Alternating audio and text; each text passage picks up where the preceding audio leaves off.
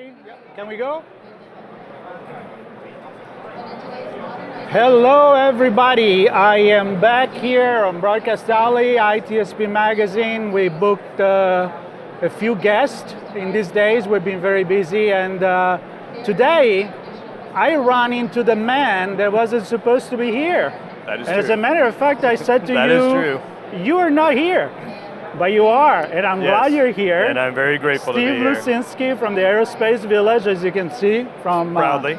The clear advertisement. That's right, So that's right. I love to talk to you guys. I love to talk to you in particular. And what do you want to talk about today? Yeah, well, I am very grateful to be out here, and I'm glad you guys came by to visit, seeing us once again. The fact that we have the Aerospace Village here at RSA as the Aerospace Sandbox, but being able to team up with you all and catch you up on what we've been doing and what we were thinking about in the future. Yeah, and we had a nice conversation pre-event with Henry and Liz. Oh yeah. So they kind of like, the energy was great, Oh yeah. If you guys don't know Henry, you need to meet Henry. That's right? a good podcast to watch. It's a good podcast to watch. But I spoke with you many, many times. Yeah. So we go way back. And this is what I want to do, like a little bit about who you are to start. Yep. And I want to take 5 minutes of the history of the Aerospace Village. Yeah, absolutely. So let's go with that. So I'll start with the village, because I'm just one part of it. Basically, if you've been to other conferences, right, just like RSA, you have your main track talks, and you have these little specialty areas. DEF CON, biggest hacker conference, is exactly that way. And we were born out of that as the Aviation Village in 2019. And now we're the Aerospace Village, both aviation and space, cybersecurity. And the idea is, the way we say our mission is building relationships, government, private sector, academia, students, all those interested parties, inspiring the next generation of leaders so they get into cybersecurity, because we need it. We really want them to get in the aviation and space side, and just promoting all the great work that's going on out there. We know folks and they bring us stuff, we connect with them, and we get to show off what they're doing. And so the beauty of it is it's totally a volunteer effort. So when I say, like, where do I fit in?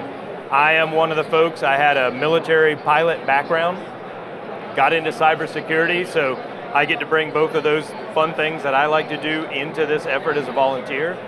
We have other commercial pilots, private pilots, we have deep security researchers that come in, and again, private sector, government, and they bring all of their technical expertise, their policy expertise, and we get to participate in events like this. We get to grow opportunities and projects to, again, we want to get people interested, we want to get them engaged, and I'm so happy to be a part of it. I'm very proud of the work we do, and again, being able to sit here and talk through it all is just awesome. I really appreciate it. Yeah, and it is awesome because I got to meet with you guys the first time, and many other villages at DEF CON a few years ago. Exactly. And that's where I really got in love with just talking to you guys, because you're not selling anything, you're not selling a product, you're selling what you believe in. Yeah.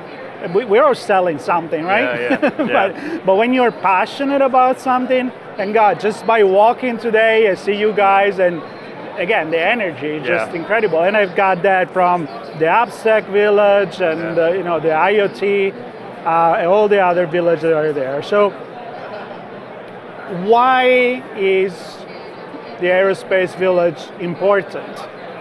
Yeah, that's a good one. I mean, there's 3 hours, go. Exactly. There's so many cybersecurity concerns, right? Healthcare side, industrial control systems, things that have direct impacts on our lives every day.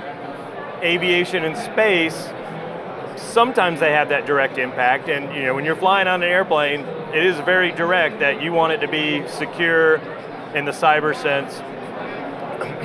The things we use in our daily lives, the GPS systems that are part of financial transactions, synchronizing everything so we can get our money, so we can do farming, we have safety systems and communications.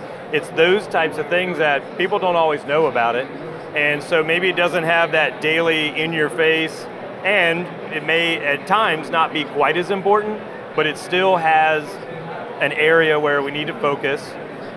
It's easy in the sense that people really like airplanes and spaceships and satellites and things like that. So it's great to kind of bring that crowd and show them another area that they can focus on and go, oh, I can do cyber in that area in something that I like in addition to that. So it adds to that, and I think that's the energy where I will always sell, bring me volunteers, and they come in and they bring that energy because they're motivated to do that because there's a mission and it's very interesting in all those aspects. Yeah, and then you connect, of course, with people in the government, exactly. RSAC and all of that. Yeah. So the energy, I want to talk about that because I got to talk with Sean on a podcast with Tim Fowler, and he's super passionate, super technical. And then because I was on the show, we started talking about what do we bring from space to our society, and he's like, don't make me go there. I'm like, no, I'll make you go there. You'll come back to a show with me. How long is your podcast? Exactly. And we talked about all of that. Like if the GPS goes off, we use it every day. It's on our phone and all that kind of stuff. Where are we now with cybersecurity and legal and government? And I mean, do you feel like a lot of steps have been done where you brought it together? I think that's always been the case to some extent. What I've enjoyed is my previous background working in government, being in the military, seeing what was happening behind the scenes, sometimes classified, sometimes not. But there was a lot of activity there, but it wasn't always talked about. Right. And then as you start looking at these other sectors, private sector, same thing. The activities are there, but everybody's kind of hidden and didn't want to talk about it, and I'd say that's how cybersecurity's been. So over time, especially in the village, being able to say, oh, that person's doing this, we should be talking about it. And that's one of the things that we are very driven by is giving people a platform, finding them and bringing them in saying, please tell people what you're doing. Let's talk about it because you're doing good work, and instead of hiding it, hoping nobody will discover it, let's get others involved. Let's get other ideas. Don't put it under the rug, right? And so the beauty is, again, when I say, I think it's always been happening, but now where we can help people show that off, show their skills, and again, inspire those others to come in and join, that's been the awesome part of just having this group and getting others interested to bring that work out for everybody to learn from. And I hear conversation in general about sharing intel. Sharing intelligence, it's not just, you can think from a commercial perspective as a company if you know what other people don't know. Yeah. But, let's do it for society, for ourselves, and that's what you guys do. You get together, you have no flags, you have no colors, you just come together. Yeah. That's the beauty. And even industry has moved from instead of squirreling away the intel, let's all collect it together, which only helps our effort and other efforts be better. Yeah. So tell me what has been going on at the Village here at RSA Conference. Yeah, absolutely. Yeah. So anybody who saw the podcast, Henry has been leading the team. We have a flight simulator. Our friends at Pentest Partners, they support us. They build a flight simulator, and they use that to show a vulnerability that causes a problem in what the pilots use for their takeoff speed. Take off too slow, they could crash. Take off too fast, they can damage the aircraft. So it's showing that connection between a cyber vulnerability and the physical outcomes. Henry himself, he's part of Cal Poly, and he has brought in a CubeSat and the demonstration of how that system works, how you can see the time that the signal travels and orbitology, and just getting people who've never been around that.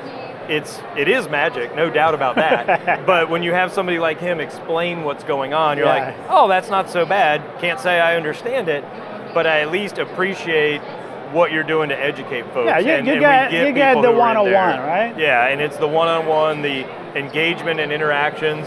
Our friends at CISA, Cybersecurity Infrastructure Security Agency, they are demonstrating supply chain and vulnerabilities, and they're using the context of an aviation supply chain.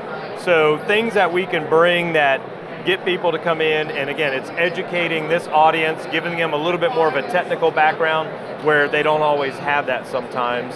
And again, the sandbox is such a great area with all the other villages and sandboxes and what they bring, and then the talks that we get to put on also. Yeah, Henry and Liz were on the show, and they told me about the talk that they were going to have, which I think has happened by now. Yeah. It was this Casey, morning, right? and I can't remember if it'll be recorded, if it'll be available for folks to watch, but yeah, so you have a former lawyer at the Atlanta airport who, Liz Wharton, lived through the ransomware attack, so she knows all that behind the scenes. Casey Ellis, who's one of the founder, I think maybe the founder of BugCrowd, a bug bounty company, and then Richard Szymborski from Air Canada. So the discussion was what Air Canada did to bring in a vulnerability disclosure program and a bug bounty program. And that's not easy for any company. It's certainly not easy for an airline that has direct customer, why would I want to let hackers in and have this situation? But the story and hearing of, well, we were told we were very secure, no problems, we paid a lot of money, and these folks came in and found some major problems in our financial system, in our ticketing system. It was such a great example of the crowdsourcing and the talent that's out there and bringing them together. And then the three of them, the discussion was just awesome. I've heard the story, but I was so glad to hear it again. I wish I could be part of that. Yeah, so I want to highlight again this idea of what happened in the family stays in the family. I'm bringing the Italian in me right now, right? But what happened in the company stays in the company. But with that comes so much risk that you take on yourself, because eventually something is going to happen. Yeah. So this idea that now company are using from even a branding perspective, the fact that they're like, look, it's more transparent, and we are trying to prevent problems from happening. This is what pen testing is, red team, and all of that. So it's not something you should be ashamed of. You actually, as somebody that's going to fly Air Canada, I'm going to appreciate that. Exactly.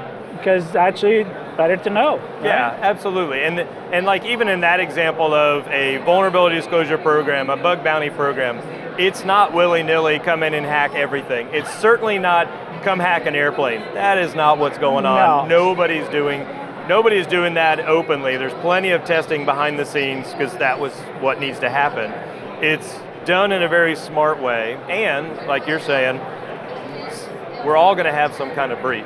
The company, big or small, no matter how much money, something's going to happen. So why not take the extra help, especially in maybe not necessarily Air Canada, but we see all these other smaller companies. We see in the supply chain, folks who can't afford these sophisticated programs. How do you bring in that talent? How do you talk about it? How do you learn from others' experience? And that's, again, things that we see is you get that conversation out in the open and you get people talking. And as a big fan of the history of NASA, we know that a lot of things, again, that we use nowadays in our everyday life has been tested from the space program. Maybe we don't have the billions that they had, but at least we got the results of that, part of it, right, that we carry with us. So I want to go another couple of minutes and talk about your vision for the future. Like if you could, just 3 wishes for the team. I mean, I know you have a strong team, but is it ever we always want strong more. enough? Exactly. So let's go with 3 wishes. What do you want? Yeah, gosh, 3 wishes. That's so I'll go crazy town. The simple one I'll say is we always want help. Yeah. We are not limited. There's plenty of things to do. There's big jobs, there's small jobs. And I do all of them on any given day, just like any of our volunteers. There's things that we need talent. You want to come in and help us run our website. You want to help us do video editing after a conference. Things that we want to grow. We have projects that we build out for STEM programs. So can we use this Lego airplane and a simple representation of a flight control system can we build that out? Can we make more of them so we can scale it and send it to conferences, send a volunteer to a school to teach this to kids, and give them an idea of, we want to grow into that. We do in the sense like when we're at a conference and there are kids present, parents will bring them up, of course. They're so much fun, and matter of fact, one of the guys who designed our Lego kit example demo, I was just at a conference with him in Baltimore, and his son is explaining it to people as they come up, and I'm like, dude, I don't know it like what you're talking about. So like, okay, it's worked with him. Now, granted, he's very close to his dad doing this awesome work, but it's things like that where we want to find a way from the simple new person all the way to the most complex hacker. We want to have something to deliver to all of them. So if you have ideas like that, you want to bring those in, please come talk to us. You want to donate your time, your skills, absolutely, please come talk to us. I'll never turn down any donations as a nonprofit. If somebody wants to, bring it on in. I'm happy to talk about that. And again, that supports us being able to travel to events like this, getting our volunteers out and about. This year already, we've covered an event at Embry-Riddle Prescott talking about aviation cybersecurity, B-Sides Charm in Baltimore. We're going to have one of our volunteers go out to InfoSec Europe, so the RSA over in London coming up in a month. I'll be there. So it's things like that we get out and talk and engage and build these partnerships. And the final one, when I say I'll go crazy town, you think you have some piece of aviation or space equipment, you want to bring something in and you want to find talented people who can connect you and get the smart folks that want to help you secure that, we can help with that. If you want to bring it in just to demonstrate and show what goes on, but you don't want people hacking on it, we can help with that. All of those things, when SpaceX brought a rocket motor to DEF CON last year, that's just awesome. We're not hacking on that thing, that's just cool to go, there's a rocket motor right here in our village. If we could roll in an airplane someday or a helicopter, I mean, that's my wish list of cool things that people see. Yep. If they can get their hands on it and help out, that's even better. Any of those things are a benefit because it just gets people talking and it gets them meeting each other. And again, those engagements, so many things grow out of that. So there's my 3 wishes.